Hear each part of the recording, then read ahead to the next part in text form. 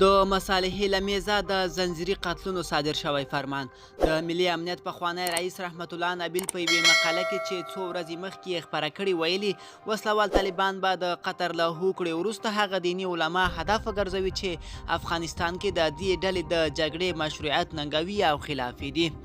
د نبیل مقاله چې د صحیحون خبریال حامد تکل ژباړلې ده په لاندې ډول ده. قطر کې د سولې له هوکړې وروسته لیدل کیږي چې طالبان او نور ترهګریزو ډلو خپله جنګي ستراتیژي په رواني جنګ متمرکزه کړې ده. هغوی له خپلو بیرونیو ملګرو او ملاتړو سره په مشوره او په دننه نظام کې د خپلو نفوذ افرادو پر مټ په هغو اهدافو چې په رواني جنګ تاثیر لري بریدونه کوي چې زه یو څو لنډو ټکو ته اشاره کوم. لمړی، ریښتینی او وطنپاله دیني علما کولی شي د قطر له هوکړې وروسته د طالبانو جنګ له ننګونو سره مخ کړي. طالبان غواړي همدا دیني علما هدف وګرځوي تر څو له یوې لوري د امنیتي او دفاعي ځواکونو وژنو ته مشروعیت ورکړي او له بل لوري وکولی شي هغوی یا خپل لور ته جذب کړي او یا هم لږ تر لږه چوپتیا غوره کړي.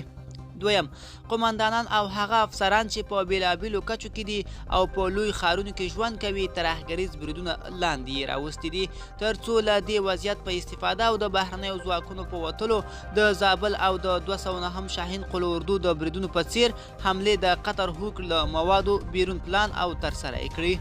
دریم، طالبان به د دوو دلیلونو پر اساس په ولسي پاڅونوالو سیمه ییزو پولیسو او سیمه ییزو اردو تر بریدونو لاندې راولي.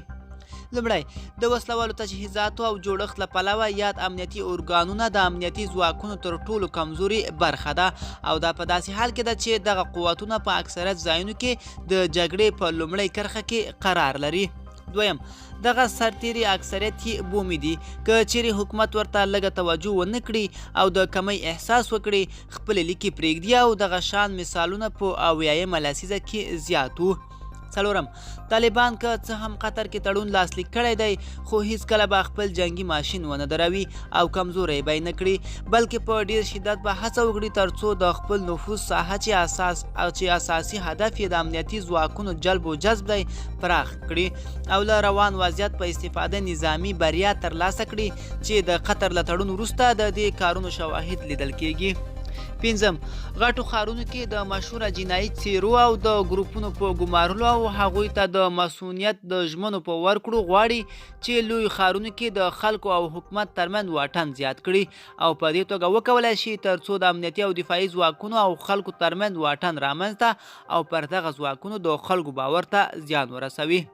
نو لازمه ده چې امنیتي او دفاعي ځواکونه د ټولو آسیب پذیرو نقطو له مطالعې وروسته خپلې برنامې جوړې او پراخ اصلاحات رامنځته کړي.